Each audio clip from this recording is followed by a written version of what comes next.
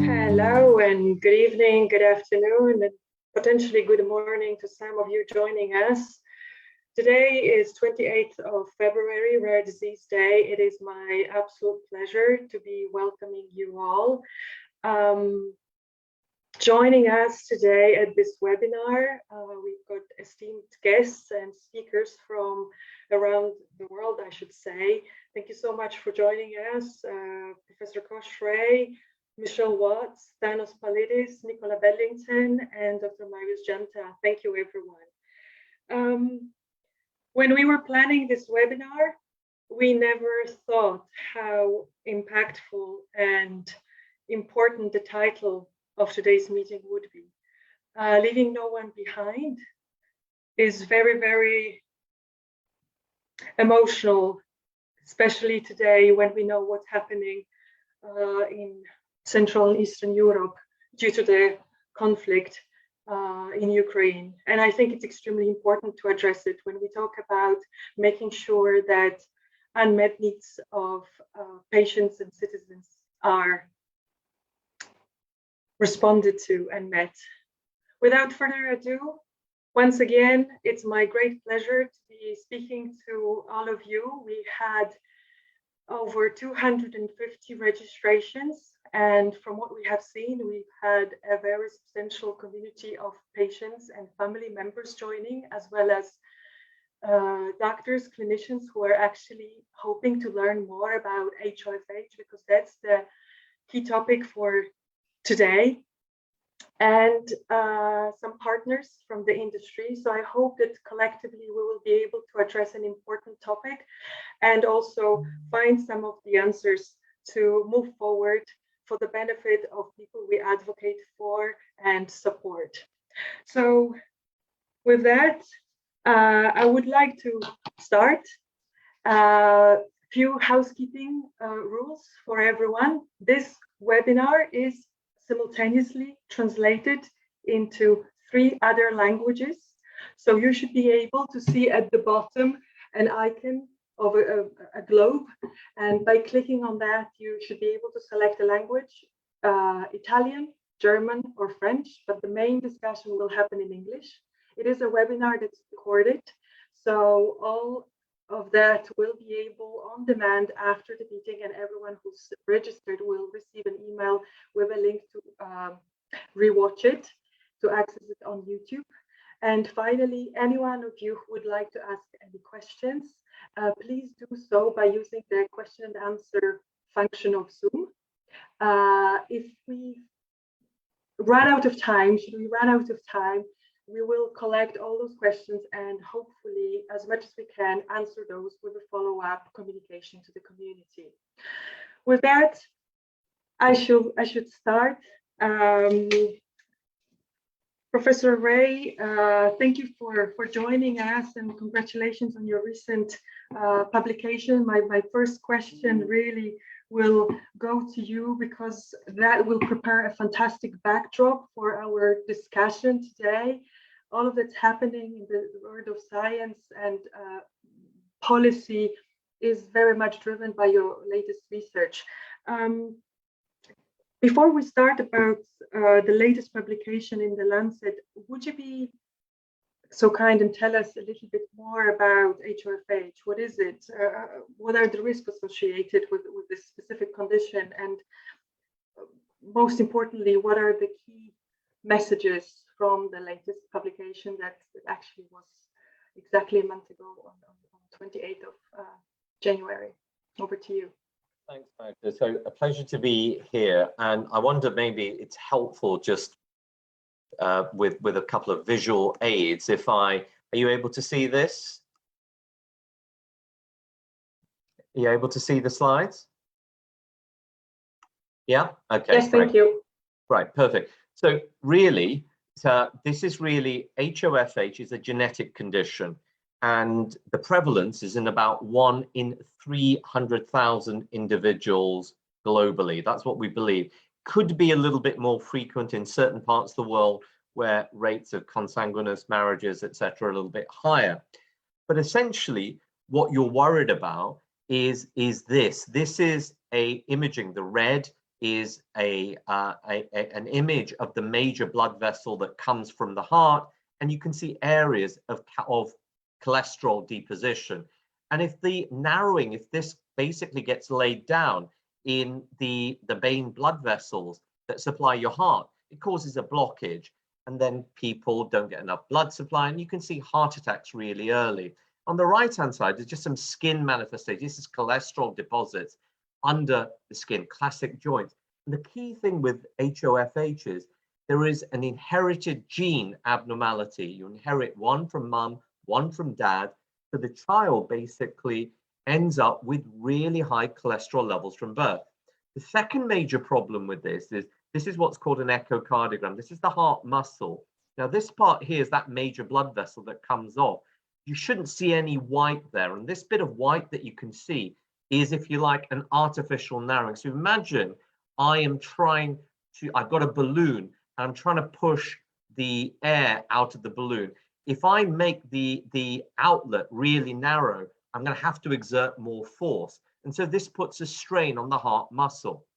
So narrowing of the blood vessels, narrowing of the major blood vessels that comes away from the heart basically reduces survival in this condition. And this was the work that Tycho Trump, who's on this call, and others around the world put together. This was 38 countries, the entirety of the global data on HoFH. We had to pull together 38 countries. The main authors and the collaborators from this registry are shown here.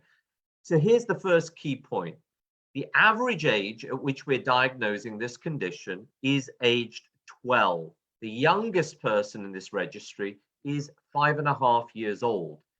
By diagnosis, 1 in 10 people already have either had a history of cardiovascular disease, meaning they've had a heart attack, they've had a bypass operation, or they've got narrowing of their blood vessels. That means that 12 is way too late to make a diagnosis. The average cholesterol level is almost 15 millimoles per liter. For comparison, a healthy baby is born with a level of 0.5 millimoles. As we age, most of us will never see levels above 3. You're at 15 millimoles, 5 times. You have one abnormal gene, your levels are of the order of 4 to 6 millimoles. So with 2 abnormal genes, these are sky high.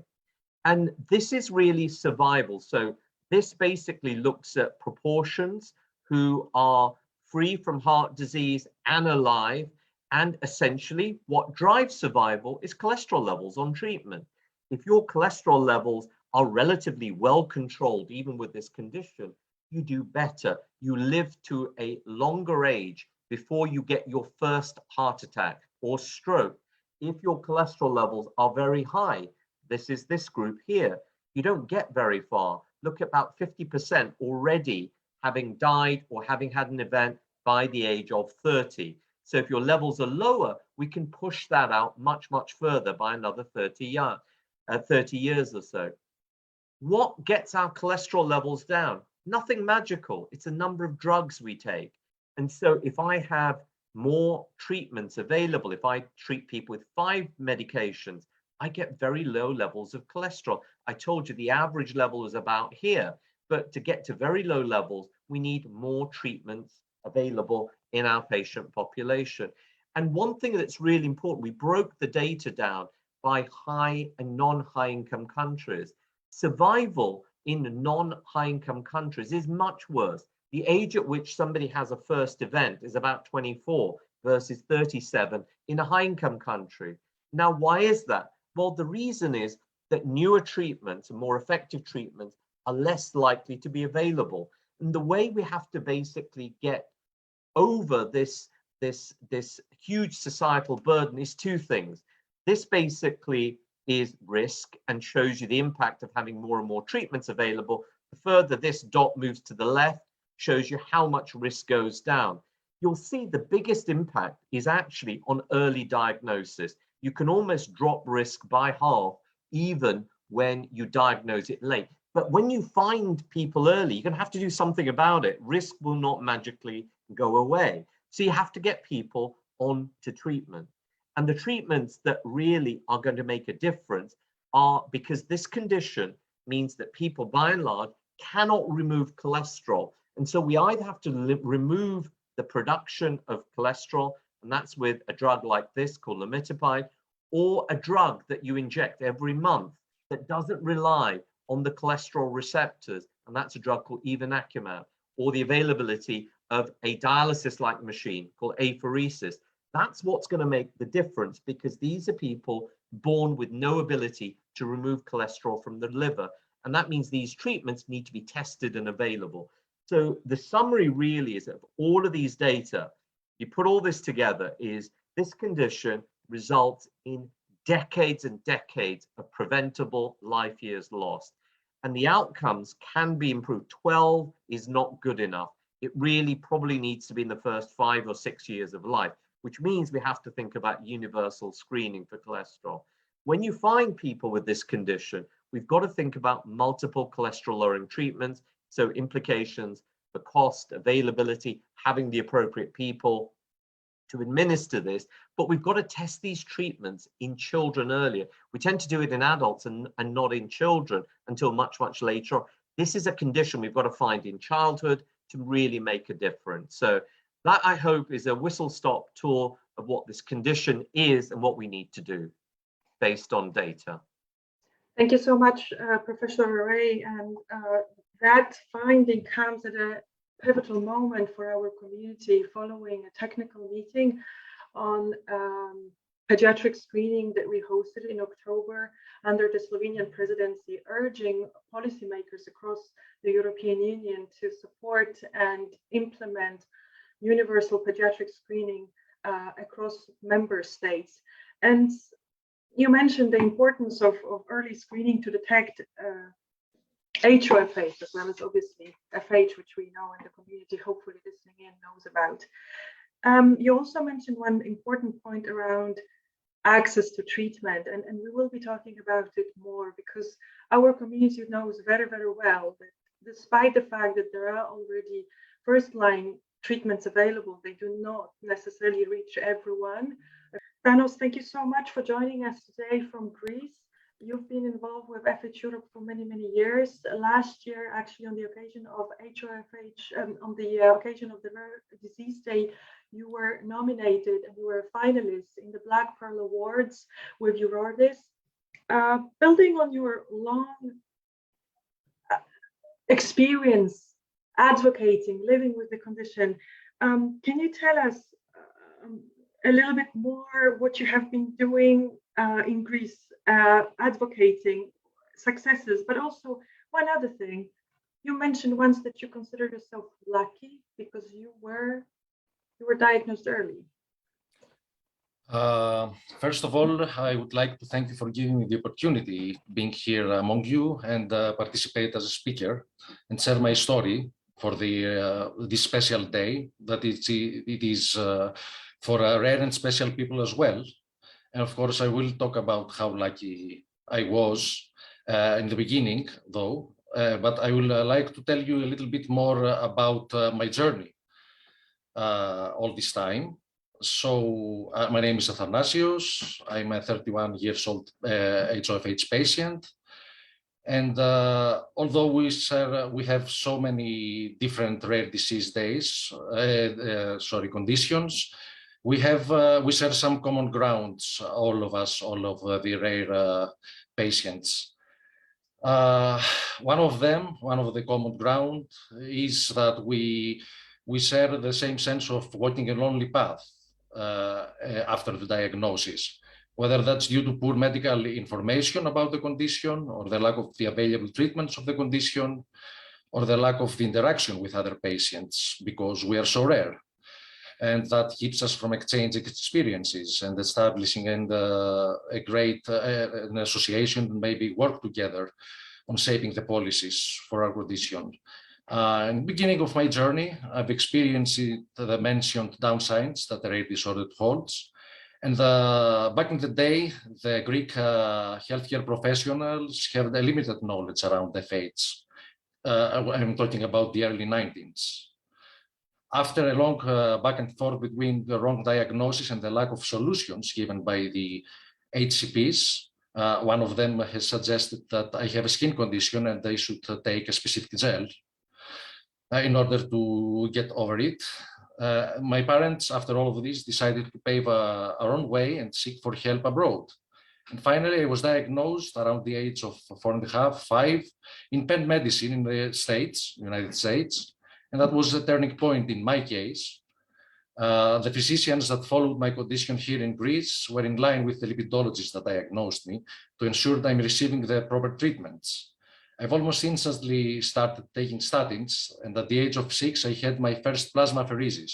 From that day on, and that's why I was lucky, by the way, and from that day on, my treatment was adapting based on the new data and the available treatments. The challenges of living with HoFH weren't over, though.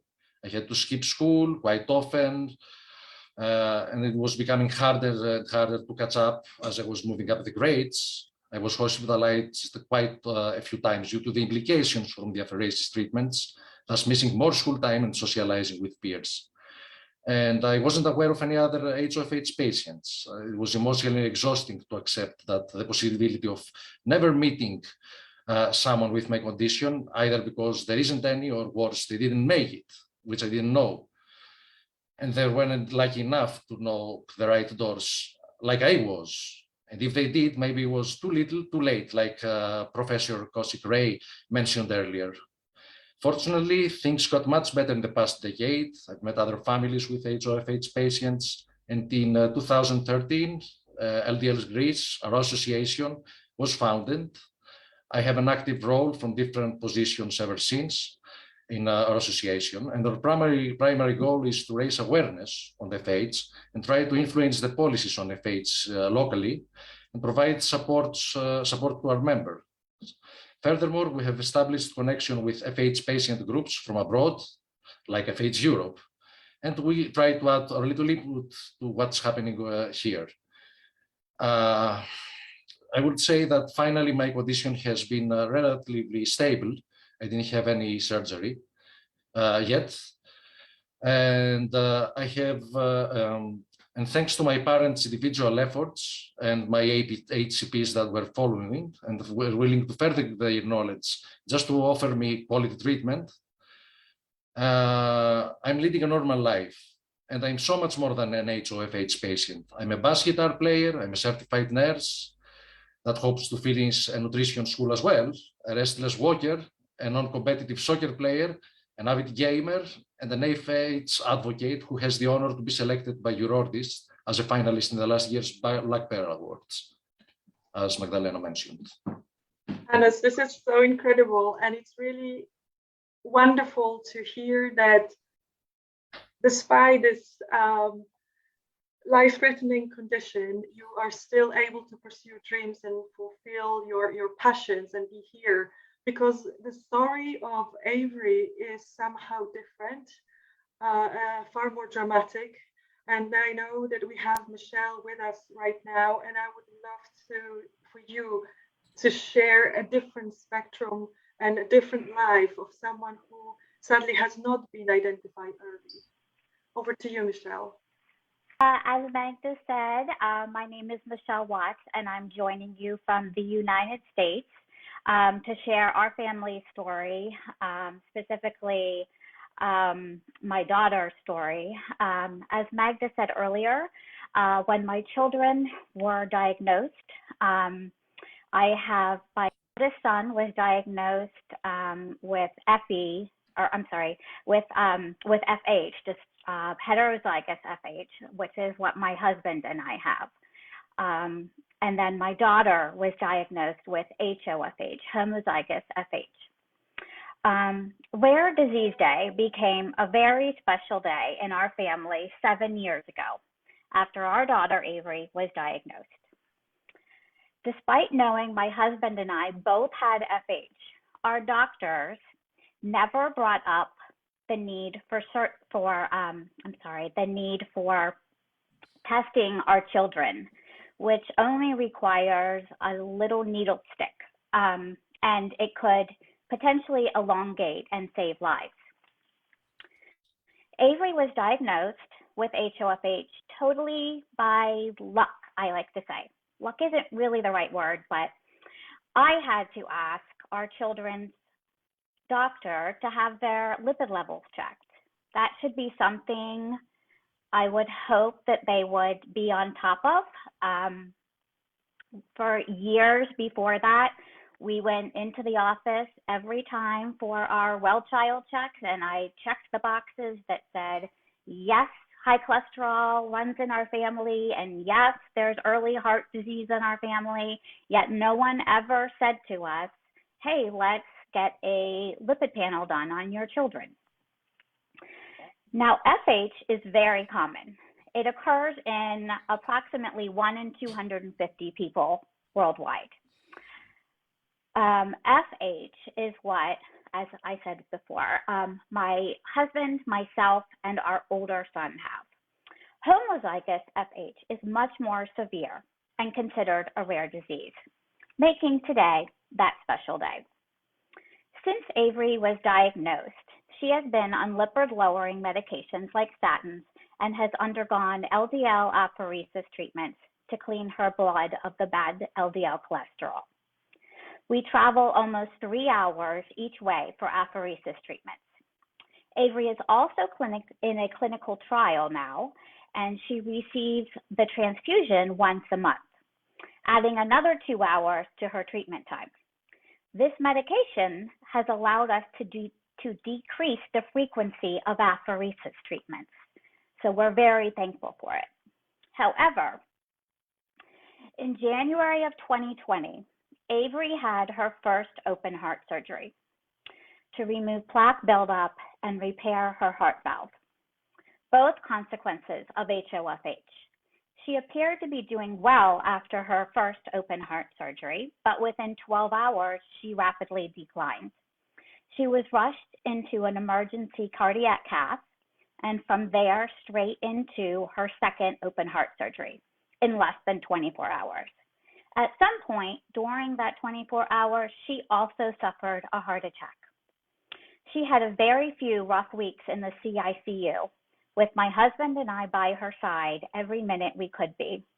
We were finally able to fly home after almost a month.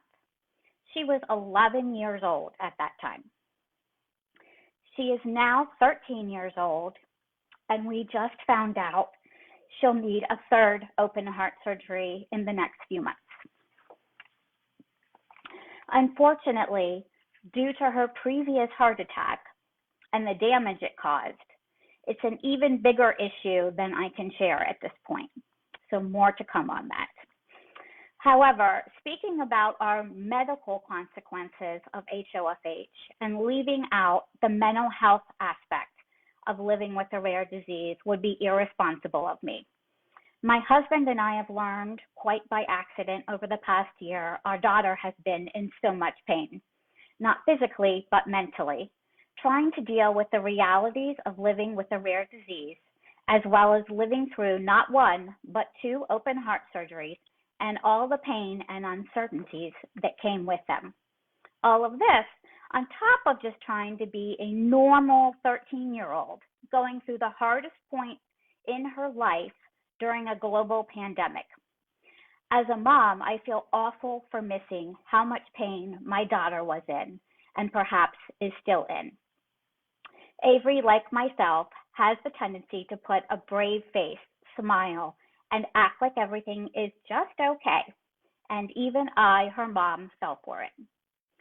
The past 7 years have meant constant medical appointments, tests, and procedures with teams of doctors at multiple hospitals, time missed from school and activities due to needing to travel 3 hours to and from the closest hospital able to provide apheresis and her transfusions.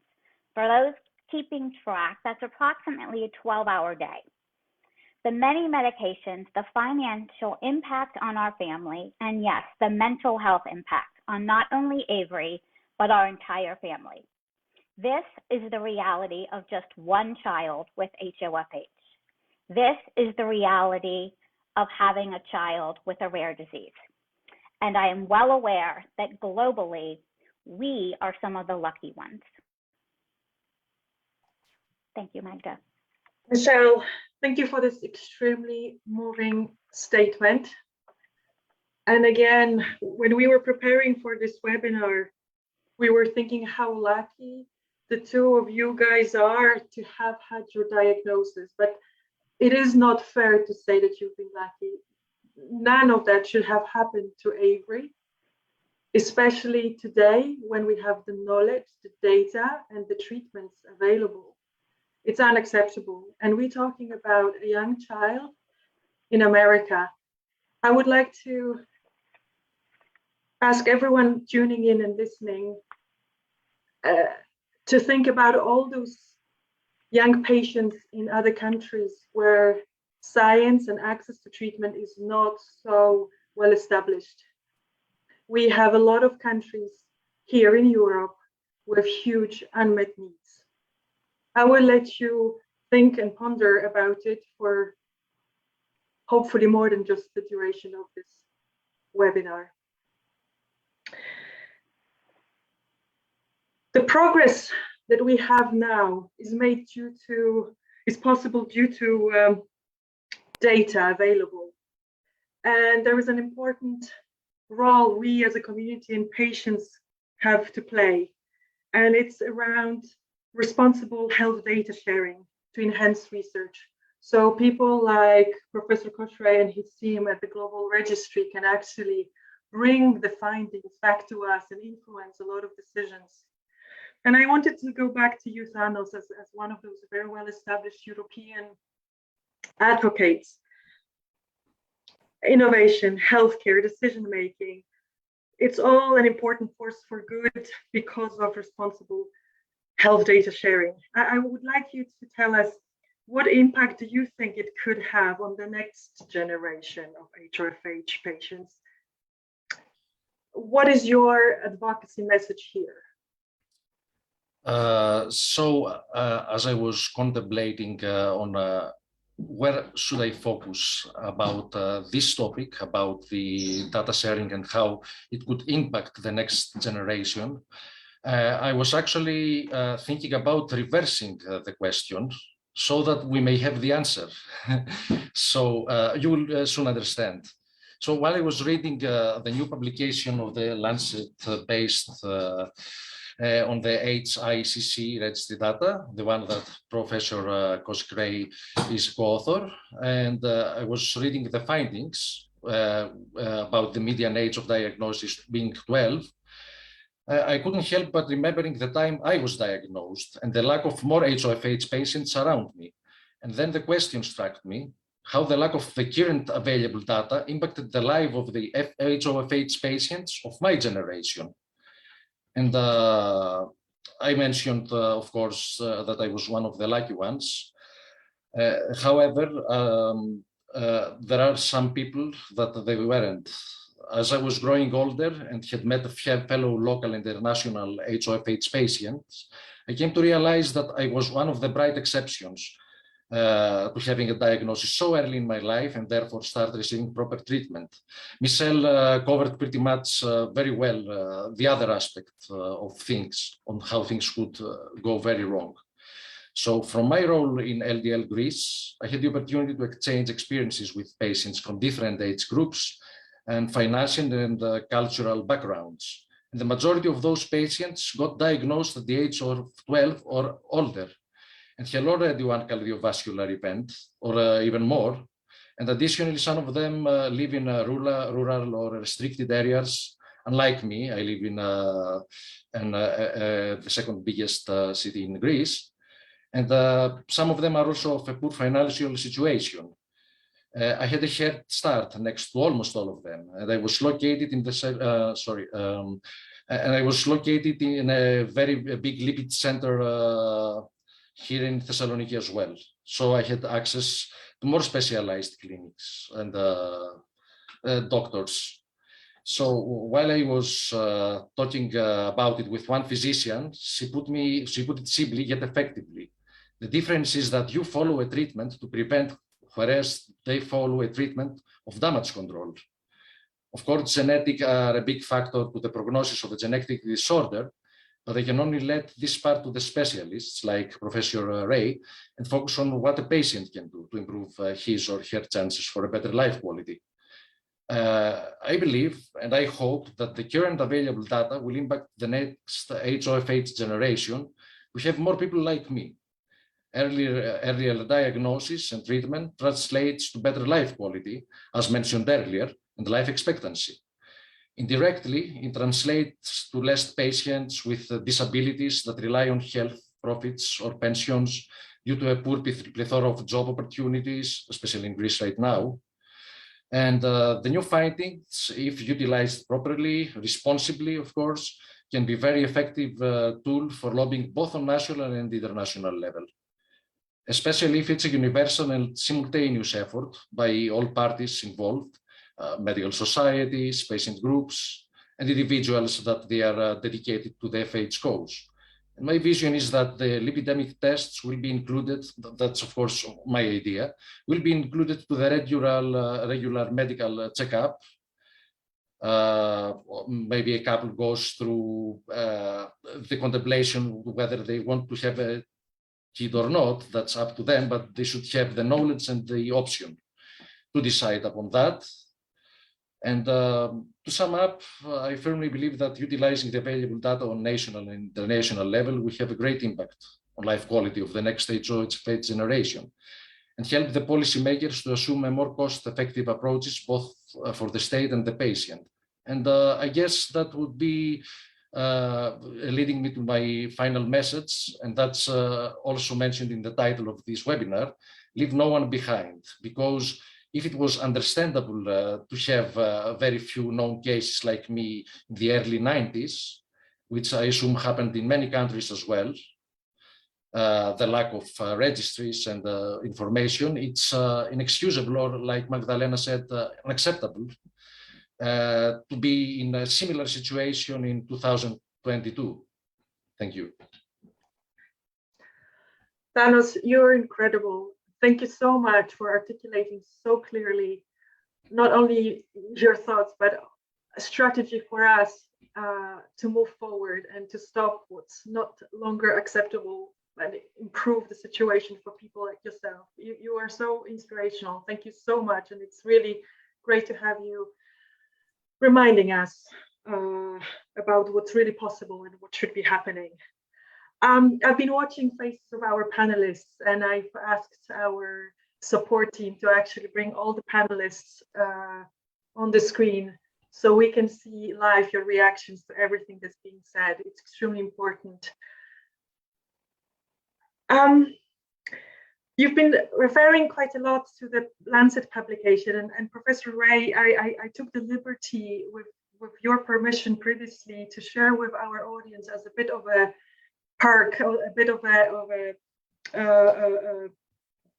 little hidden surprise gift for everyone who's joining to get access to the publication. It's an important one. So in the chat, you will be able to find a link that will take you to the publication, and you can see for yourself the findings. There's also an important movie that was prepared by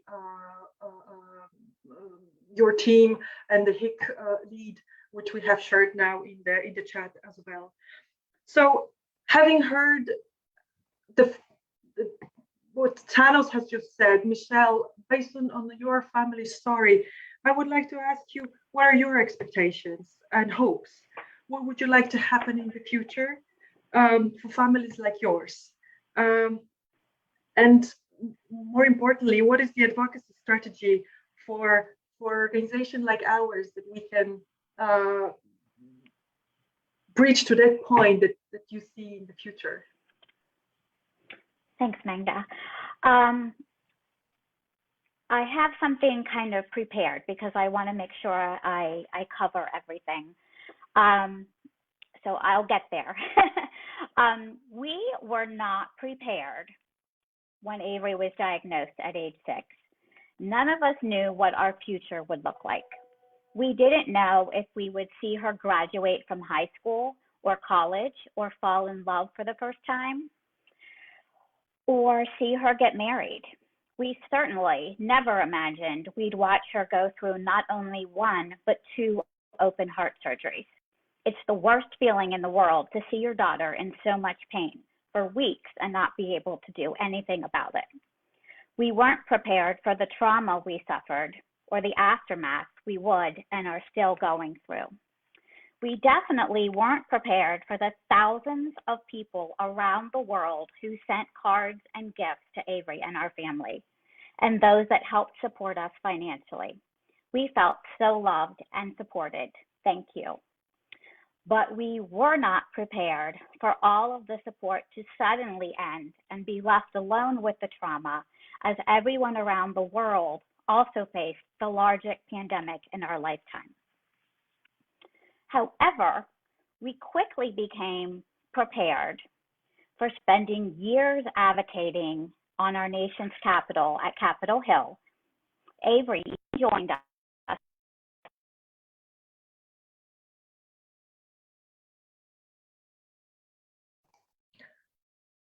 I think we are experiencing a bit of a technical issue here, especially while we're receiving an important message from you, Michelle. Can we try once again?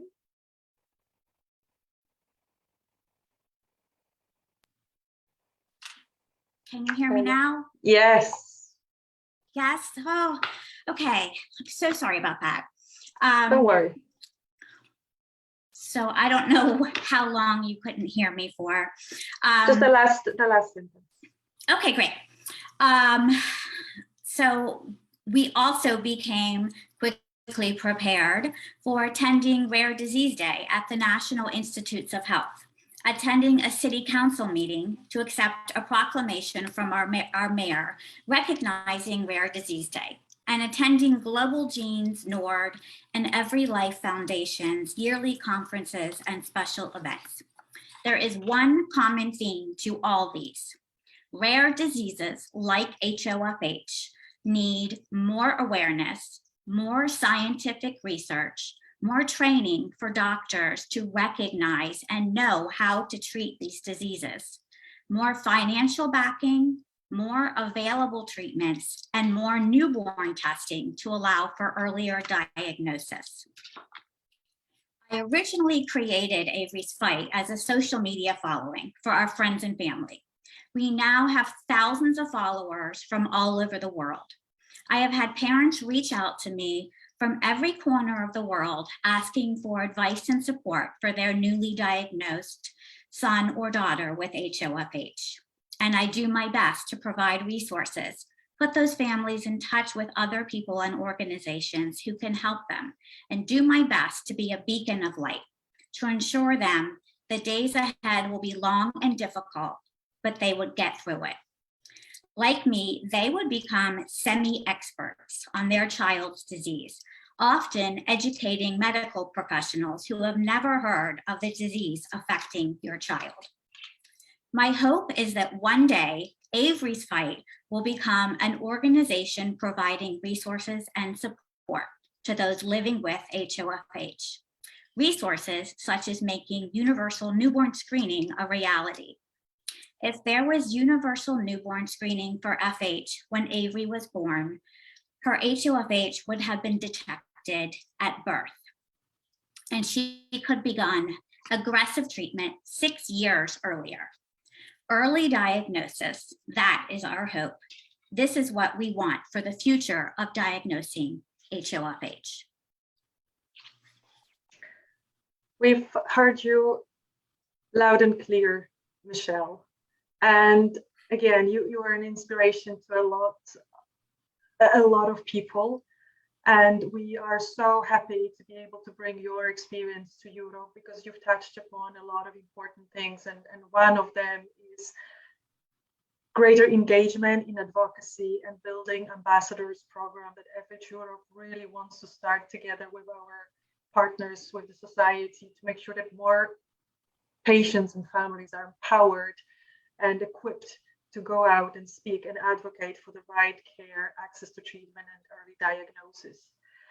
And so with that statement, I was watching you, Professor Ray, how you were reacting to the story that Michelle was sharing when she was sharing the story of her daughter.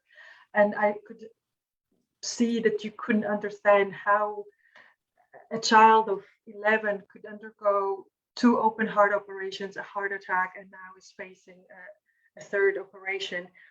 Based on this data, based on the research you're doing, based on what you've heard so far, and building on your incredible support for our community, I am putting you a little bit here in the spotlight, because I would like to hear from you. How do you see those things moving forward? What solutions can we address? Can we find together to address the wicked problems we have heard about today? Thanks, Magda, and Michelle, I can only sympathize. I mean, it's heartbreaking to listen to Avery's story, and this shouldn't happen. And what it clearly demonstrates, there's a lot of things, and we've heard this also with Thanos's talk as well, is that this is a condition through no fault of anybody's, is an inherited condition.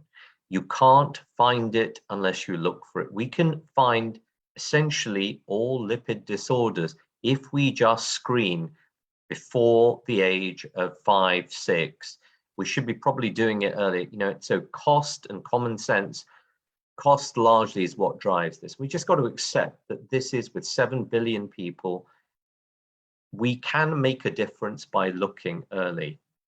The second thing is actually preparing those that are affected, having those special things, not so much necessarily for HeFH, because you have a little bit more luxury in terms of time, but there are questions that mothers, fathers, parents, all of these people need, particularly for HoFH, and getting treatments to people early. So prevention is about thinking about it, finding people early, and not doing things where you wait and see what happens. The data is very clear. This is something, on average, is a huge truck that is coming towards you. The earlier you see it and you course correct and you do something about it, you don't want to take chances. And that basically means thinking about largely, probably at least 4 medications early. That means there's a cost issue. That means there's an availability issue. Given this is such a serious inherited condition, we need to find people early and help those affected early and plan earlier in terms of counseling, support for parents, affected members. And I think that's absolutely critical, and this shouldn't happen. Thank you so much, Professor Ray. Again, it's an incredible opportunity that we are having right now, collaborating with yourself and EAS, the European Atherosclerosis Society, partnering with the Global Registry, but also expanding our collaboration with other organizations and societies and groups in other countries in Central and Eastern Europe, having a scientific committee who can help us address and bring that knowledge and address those problems early enough. At the same time, we are working closely with the policymakers across Europe to make sure that we move away from talking and start acting. And building on that, I am delighted to bring 2 other important speakers that join us. We have Nicola Bedlington joining from Vienna, and we have Dr. Marius Janta, who had not been initially announced, but he will talk about the importance of not leaving anyone behind in a greater context. But before that, Nicola, you've heard so much, you've worked with our community. Thank you very much, Magda, and thank you for the invitation. And thank you, Kosh, Thanos and Michelle for your powerful contributions, really bringing to life the science, the evidence, and perhaps most importantly, the patient's, citizens' experience. Despite these very, very troubling times, there are positives to think about when it comes to addressing some of the pressing and painful issues we heard in the last hour. As we celebrate Rare Diseases Day, it's important to underline the tremendous achievements of this community over years, spearheaded by Eurodis. The existence of a UN committee dedicated solely to rare diseases is a great example. Patient-driven work at national level on access to orphan medicines in countries like the Czech Republic and Serbia is another, potentially saving many lives. And of course, the work pioneered by Eurodis on community advisory boards in rare diseases has shifted the needle too. So this is real advocacy in action. There are other positives too. First, we now have a European Union that is truly committed to health, a European Health Union. And this was far from the case a couple of years ago. And this is important because it means an increased and sustained European health policy and real investment in actions and innovation through the EU for Health programme, the health strand of Horizon, the EU research programme, and an up-and-coming innovative health initiative which will support public-private partnership projects to advance innovation beyond therapies and medicines to technology, digitalisation, health data and social innovation, all really, really important for our community. And there's unprecedented focus on cardiovascular diseases through a non-communicable diseases initiative and increased political willingness to prioritise and advance cardiovascular disease in the same way as cancer has been prioritised in the European Beating Cancer Plan and the European Cancer Mission. A critical success factor here is collaboration across stakeholders, geographies, and disciplines, and the establishment of the European Alliance for Cardiovascular Health, EACH, in autumn last year will ensure a civil society platform, a strong platform to dialogue with the EU institutions on the whole spectrum of cardiovascular health in a coordinated and united way to achieve real progress. HoFH as a rare disease spans prevention, secondary and tertiary prevention, and person-centred disease management. And therefore we can reasonably envisage some exciting developments given the backdrop I've just described. Within the FH community too, we have tangible evidence that advocacy influencing policy really works at all levels. A case in point is the high-level technical meeting on FH paediatric screening under the Slovenian EU presidency in October last year. And we've mentioned this, the united voice of the scientific community, and Kosh, you were there, key policymakers and crucially patient advocates talking about their own experiences and their expectations was enormously powerful.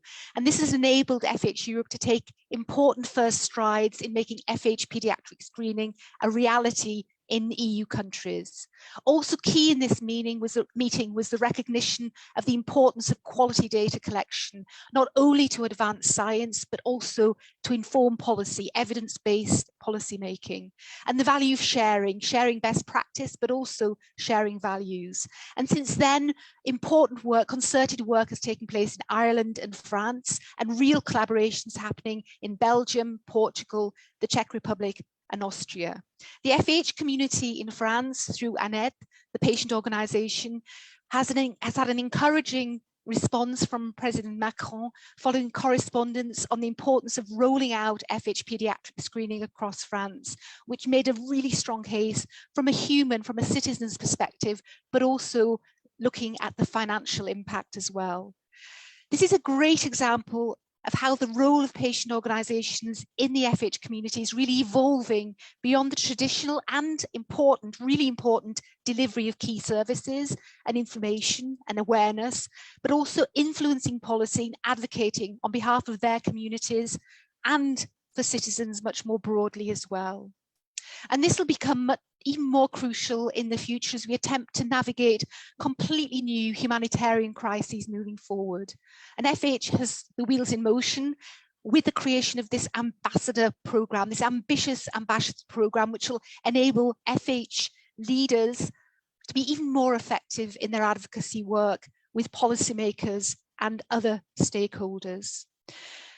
Through my leadership at the European Patients Forum over the years, patient empowerment alongside equitable access to quality care were major priorities. And we defined patient empowerment at both individual level, embracing health literacy, shared decision-making and self-management, but also at collective level, the empowerment of patients and their organizations through a collective influential power, patient's voice, influencing legislation, changing legislation for the benefit of patients, and policy and practice to strive for better outcomes for patients.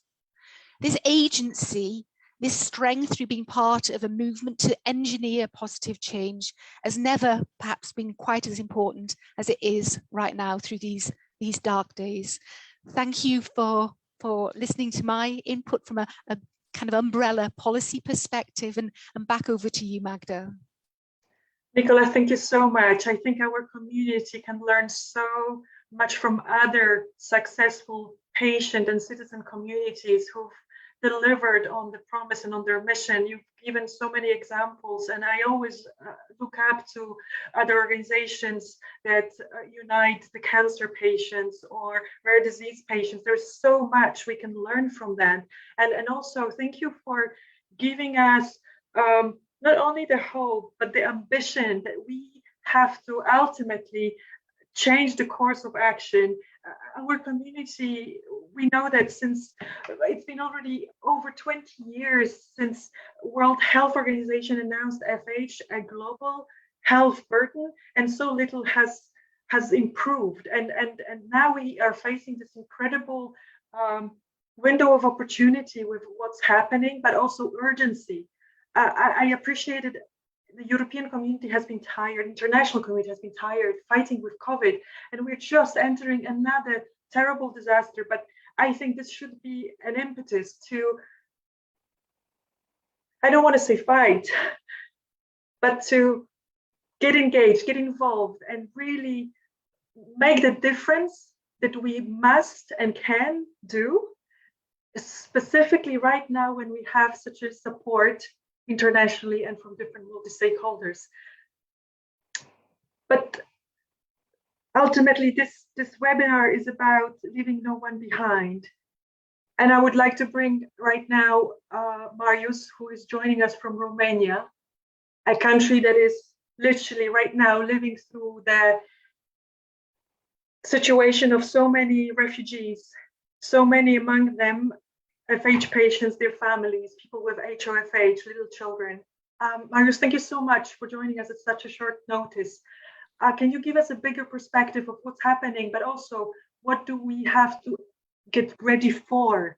What's ahead of us, and how can we as a community prepare? Thank you so much, Magda, for the invitation. Indeed, I'm in Bucharest. The Russian troops are 40 kilometers for our borders in the east. According to the United Nations, as you all know, 500,000 people left Ukraine in only 4 days. 4 days. If we have to apply the incidence of the FH, 1 out of 250, actually 2,000 of these 500,000 migrants could be FH patients. In the best case scenario, 20 of the 2,000 are diagnosed. They know about their disease. But we have no idea about their potential treatments, if they have interrupt the treatments and so on. 500,000 migrants and counting. Almost is the population of a town like Basel in Switzerland that actually moved and disappeared in only 4 days. The war in Ukraine already disrupted the life of people in Ukraine, but as well in Russia. And the FH Europe statement, it's a very, very good one. And FH Europe is one of the first civil society organization in Europe having a statement on this situation, on this war in Ukraine. But the war as well disrupted the neighboring countries like ours, like Romania, like Poland, Hungary, Moldavia and Slovakia, but as well the Europe in general, because most of these migrants have the final destination in a Western Europe member states. The Ukraine war put already an increased pressure on the health system in the region. And this is mainly because of pandemic. Most of the countries in the region didn't exit yet from the fifth wave of the pandemic. We know that the vaccination rate is low and the capacity of the health system is as well low compared to the Western European countries. So this war in Ukraine as well elevate the risk of COVID-19 relapse due to migration. People are moving between countries and as well the virus. And it's more difficult to have the proper surveillance of the virus in this context. We know for 100 years from the Spanish flu pandemic that is a bad idea to overlap a pandemic and the war, because the third and the fourth wave of the pandemic 100 years ago was actually due to the war and the movement of the troops between a country or another. The disruption of the health system in my country, in other neighboring country, it's a reality as well for the chronic disease patients who currently experience an access to care that is still a big issue, is still a big problem. Because pandemic didn't end, the chronic disease patients facing many challenges to have access to care. And imagine this wave of migrants, some of them elderly people, in need, in search for healthcare. From the EU perspective, I had some discussions last week with some people from the Commission, from the European Commission, and they said, all of them said that they should now prioritize the humanitarian crisis in Ukraine. And that means that actually we should wait for our topics to become again of interest, to become mainstream, as we have seen actually at the beginning of the pandemic, when all the EU institutions were focused on the emergency. So we have to start again, not just from the beginning, but to start again to put our topic of interest on the agenda. The old, before the pandemic normal, the old normal, and I think as well the new post-pandemic normal, I think are both already history. And we have to cope now with a new normal.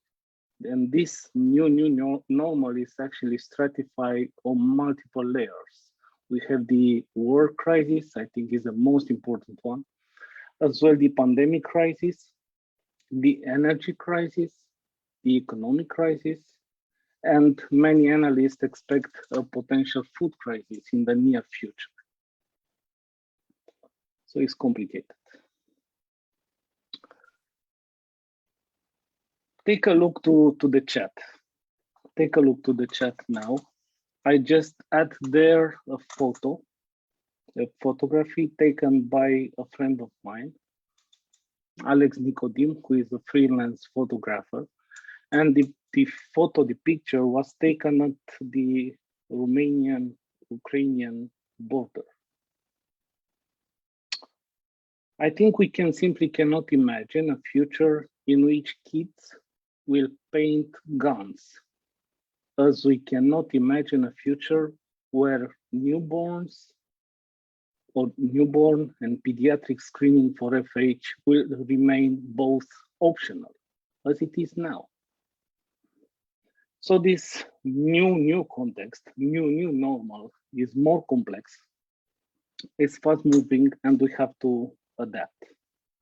I think it's important to communicate with empathy and hope.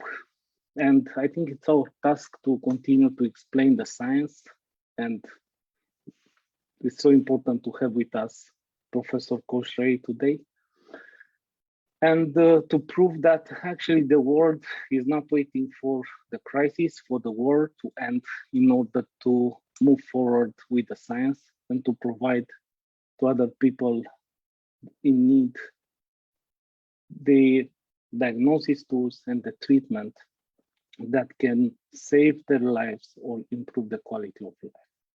So I think it's crucial, in a conclusion, it's crucial to not to fight, but to defend. First of all, to defend our fundamental values and how our humanity, and to be able to left no one behind. Marius, thank you so much. I think your perspective is a wake-up call, an important message to make sure that the reality that's happening, we need to work even harder, and we are far more motivated to make sure that we deliver on our mission and promise for those who are right now benefiting from safety and comfort, as well as for those who are going through a terrible struggle. And as you said earlier, among those who are challenged are potentially 2,000 people and their families, 20 other with HoFH, but that's just the beginning, because the implication will be seen across Poland, Romania, Slovakia, Hungary, Moldova, and other countries. And I think it's our responsibility and obligation towards our community to prevent it from happening. I am very mindful of the fact that we are over time, and I think your conclusions were already very strong, very to the point. So I will not take more time, but I would like to say thank you to everyone who joined us as speakers. Thank you, Michelle. Thank you, Thanos. Thank you, Nicola. Thank you, Kausik. Thank you, Marius. Thank you to the wonderful interpreters who stayed with us extra time. And I would like to leave you all with a message that we will come back and answer to your questions, because there have been a lot of exchanges on WhatsApp, in the chat, and in the other. I've been receiving emails throughout this webinar. And I would like to leave you, hopefully it's going to work this time, with a little song sung by Ukrainian children's choir, all dressed up in colorful clothes and sharing light and sharing their colors. It has nothing to do with the Rare Disease Day, but I thought it couldn't be stronger. And my promise and commitment that FH Europe will work towards making sure that stories of Avery's are long past, and we can build a better future for all other patients and their families. Thank you so much, everyone. Have a good evening and keep safe. Thank you.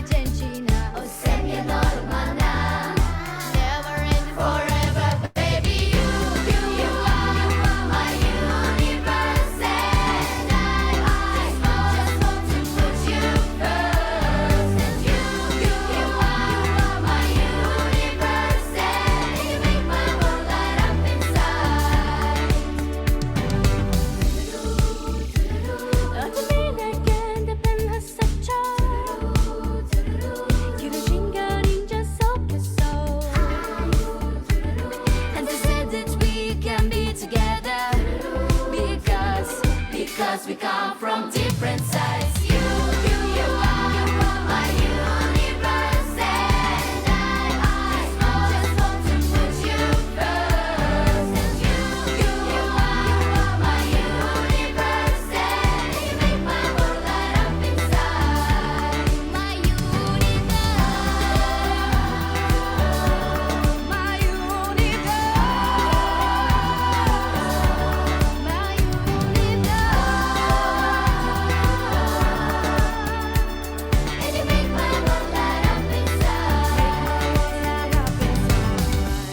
Надихаєш мене ти, зірка щирої любові, доброти.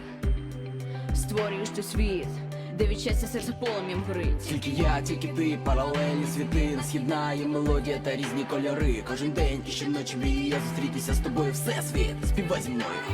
No one can When I was out, I'm crazy child. Oh, sonne chaba. We're made of each other, baby. You are my universe, and I just want to put you first. And you are my universe, and you make my world light up inside. My universe, you are.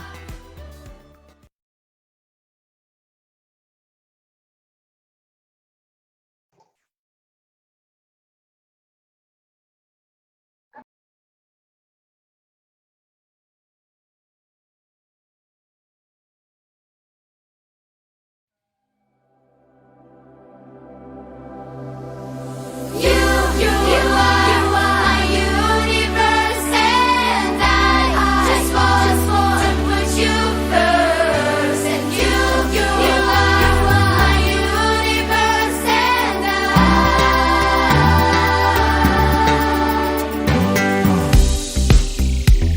in the night I look up at you. When the morning comes, I watch you rise. There's a paradise I couldn't capture. That's bright infinity inside your eyes. 밤 내게 날아가. 꿈이란 것도 이젠 지나. 어셈이 너를 만나. Never ending forever, baby. You are my universe, and I just want to put you first. And you are my universe, and you make my world light up inside. 어둠이 내겐 대변했었죠. 길어진 그림자 속에서. And they said that we can be together because we come from different